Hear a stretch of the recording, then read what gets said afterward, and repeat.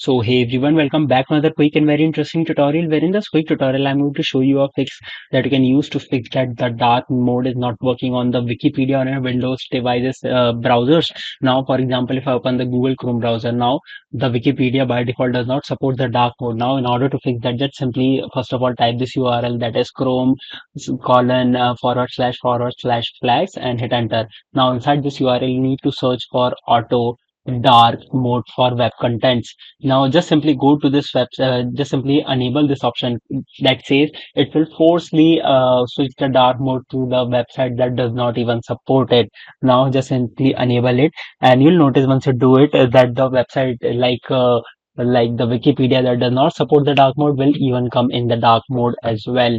Alright, so that's it for this tutorial. I hope this video will be helpful for you. Make sure to hit the like button and subscribe button for more such helpful and interesting tutorials. See you in the next one. Take care.